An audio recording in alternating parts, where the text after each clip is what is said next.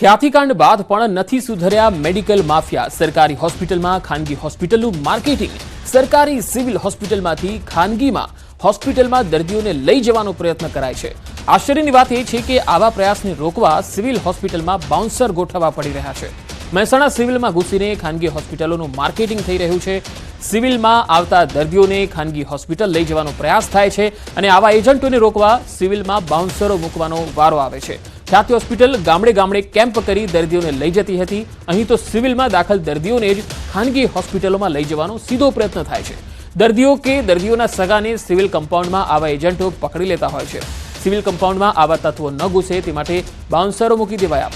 આવું કોઈ પણ પકડાશે તો તરત અધિકારીઓને જાણ કરી કાર્યવાહી કરાશે। મહેસાણા સિવિલમાં 2 થી 3 દિવસથી બાઉન્સરો મૂકવામાં આવ્યા।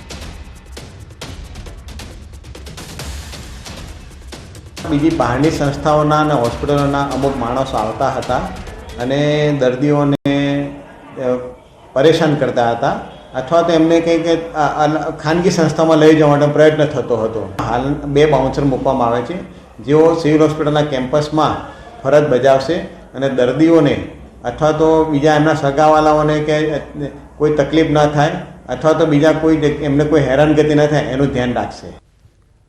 અમદાવાદની GIIS સ્કૂલમાં વાલીઓએ હોબાળો મચાવ્યો। ગોદરેજ ગાર્ડન સિટી ખાતેની શાળામાં હોબાળો મચી ગયો। સ્પોર્ટ્સની ફી વધુ વસૂલવામાં આવતા વાલીઓમાં રોષ જોવા મળ્યો। સ્પોર્ટ્સ સંકુલ નવું બનાવતા ફી વધારાઈ। ફરજિયાત 6,800 ફી લેવાનું નક્કી કરાતા વાલીઓમાં રોષ જોવા મળ્યો।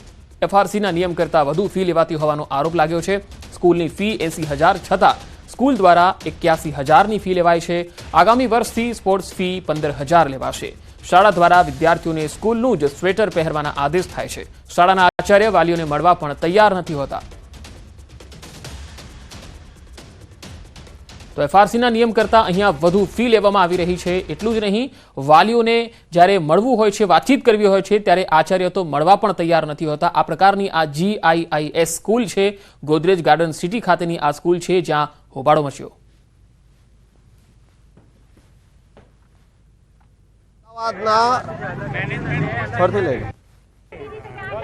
અમદાવાદના ગોદરેજ ગાર્ડન સિટીમાં આવેલી ગ્લોબલ ઇન્ટરનેશનલ સ્કૂલમાં વાલીઓએ હોબાળો મચાવ્યો છે। વાલીઓ આપણી સાથે છે, તેઓ પાસેથી જાણીશું શું કારણથી આપણે આજે હોબાળો મચાવવો પડ્યો છે, વાલીઓએ ભેગા થવું પડ્યું। વાલીઓને ભેગા થવાનું મુખ્ય કારણ હતું કે અને હવે સીધા આપણે લઈ જઈશું તમને વડોદરા, જ્યાં મુખ્યમંત્રી સંબોધન કરી રહ્યા છે, વિવિધ વિકાસ કાર્યોની લોકાર્પણ કરી રહ્યા છે।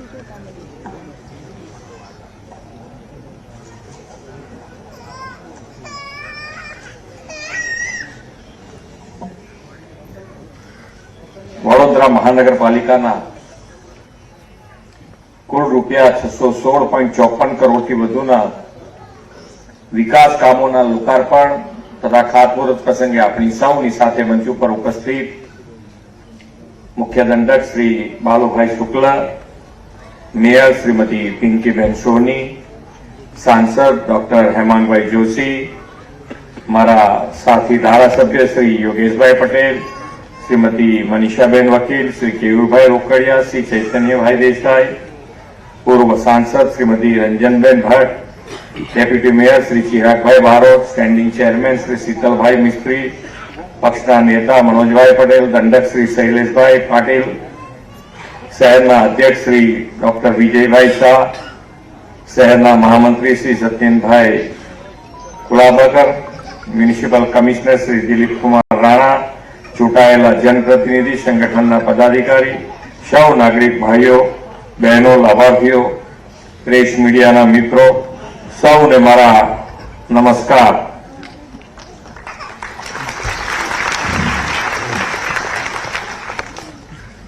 एक सारी बात अत्यारे एरपोर्ट थी अहींया आवता सुधीमां थई छे के शहर हवे स्वच्छता माटे एनो स्वभाव बनावी दीधो छे। अपना संस्कार तो होता ज पण क्यांक ने क्यांक पाछुं याद करावવું પડે આપણે બધાને એકબીજાને।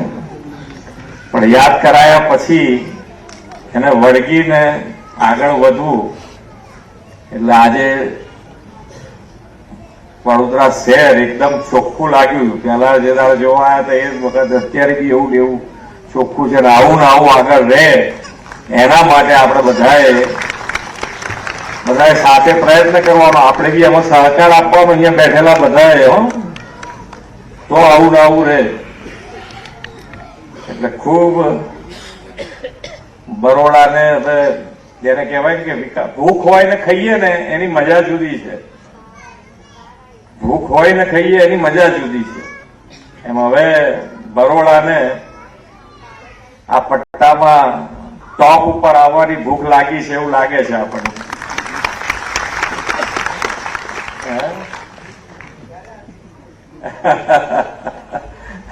હજુ બીજા આપીશું તમને, ચિંતા નથી.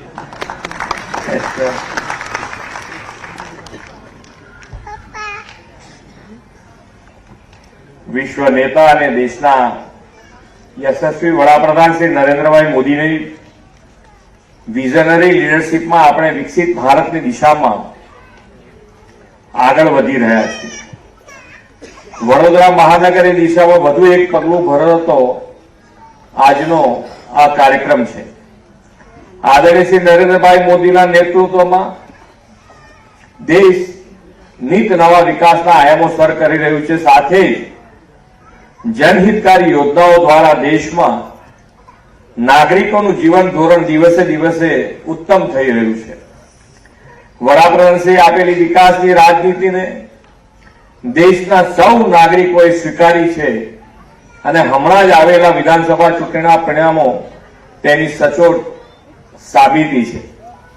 શ્રી નરેન્દ્રભાઈના નેતૃત્વમાં વિકાસ કેટલા સ્કેલનો હોઈ શકે તે વડોદરા શહેર તો તાજેતરમાં અનુભવ્યું છે.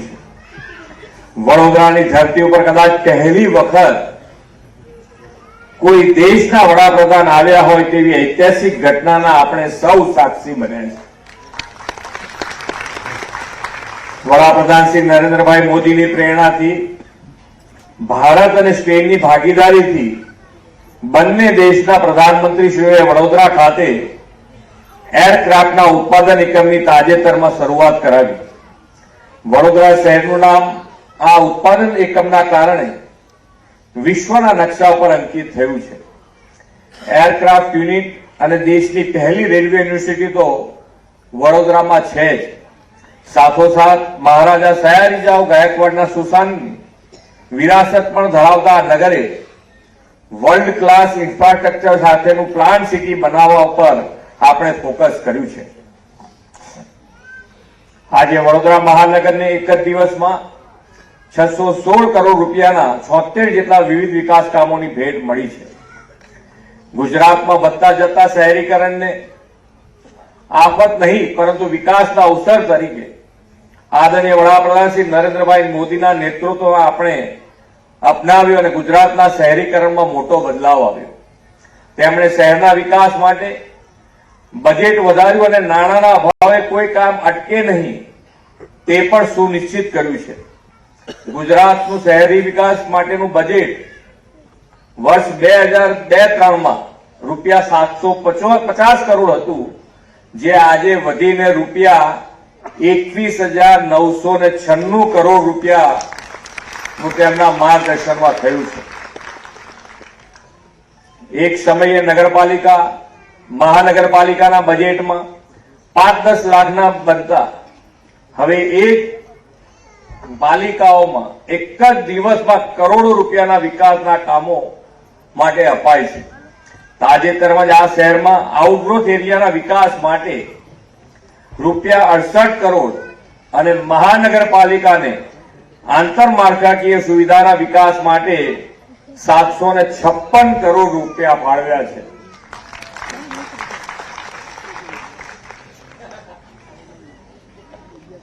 હજુ આનાથી બીજા વધારે જોઈતા તો આપી.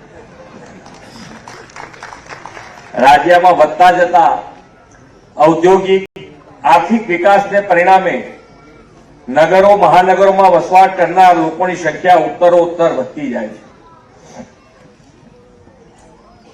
આવાસ, વીજળી, રોડ રસ્તા, પાણી અને ડ્રેનેજ વ્યવસ્થાઓ નગરમાં સમય અનુરૂપ વિકસે અને સ્વચ્છતા સફાઈ જળવાઈ રહે તે માટેનું સુદૃઢ આયોજન નગરપાલિકાઓ દ્વારા કરવામાં આવે છે.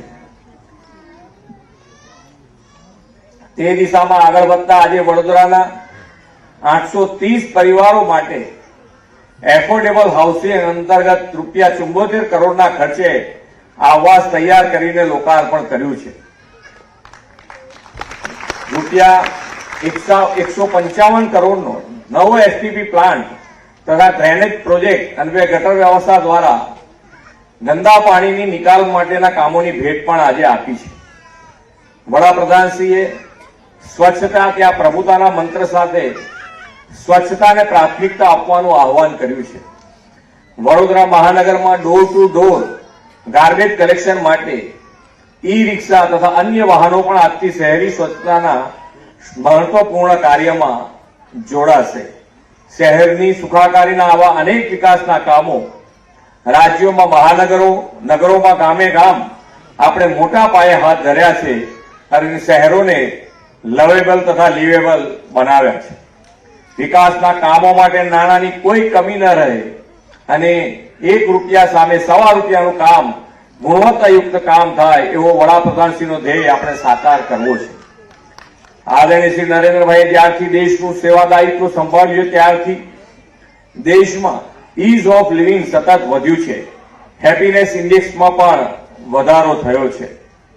એક બરોડામાં અલકાપુરી રેલવે અંડરપાસ છે, એનું ટૂંક જ સમયમાં તમને એનો રેલવેનો ઓવરબ્રિજ વડોદરાને ભેટ આપવામાં આવશે.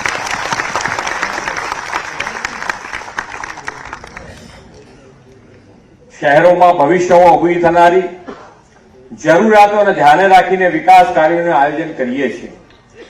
એક અંદાજ પ્રમાણે 2047માં રાજ્યની 70% વસ્તી શહેરોમાં વસવાટ કરતી હશે. ફ્યુચરિસ્ટિક સિટી ડેવલપમેન્ટ અને શહેરની સુખાકારીને ધ્યાનમાં રાખીને આપણે વિકસિત ગુજરાત એક્ટ 2047 રોડમેપમાં શહેરી વિકાસનું સુદૃઢ આયોજન કર્યું છે.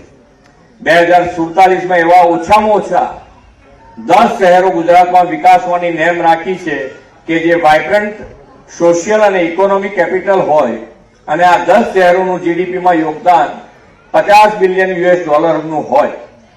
વડોદરા પણ તેમાંનું એક શહેર હોય તેવી નેમ વડોદરાને મળેલા આ વિકાસ કામોની ભેટથી આવનાર દિવસોમાં સાકાર થશે એવો મને વિશ્વાસ છે. આદરણીય વડાપ્રધાન શ્રી નરેન્દ્રભાઈ મોદી સાહેબ 2047માં દેશની આઝાદીના 100 વર્ષને આપણે ઉજવીએ ત્યાં સુધીના સમયને અમૃતકાળ ગણાવ્યો છે. આ અમૃતકાળ દેશના વિકાસ માટેનો કર્તવ્યકાળ છે. આ કર્તવ્યકાળમાં આપણે વિકસિત ભારત 2047 માટે વિકસિત ગુજરાતનું નિર્માણ કરવું છે. આપણે વિકસિત ગુજરાત દ્વારા વિકસિત ભારતના નિર્માણની દિશામાં તેજ ગતિએ આગળ વધીએ એવી અભ્યર્થના સાથે વિરમું છું. ભારત માતા કી જય. વંદે માતરમ. જય જય ગરવી ગુજરાત. ધન્યવાદ. ખૂબ ખૂબ આભાર માનનીય મુખ્યમંત્રી મહોદય. મુખ્યમંત્રી ભૂપેન્દ્ર પટેલે વડોદરાને વિવિધ વિકાસ કાર્યોની ભેટ આપી કુલ 36 જેટલા વિકાસ કામોનું લોકાર્પણ અને ખાતમુહૂર્ત કર્યું. 262 કરોડના ખર્ચે જન સુવિધાના કામો, ડ્રેનેજના અને પાણીના કામોનું લોકાર્પણ થયું.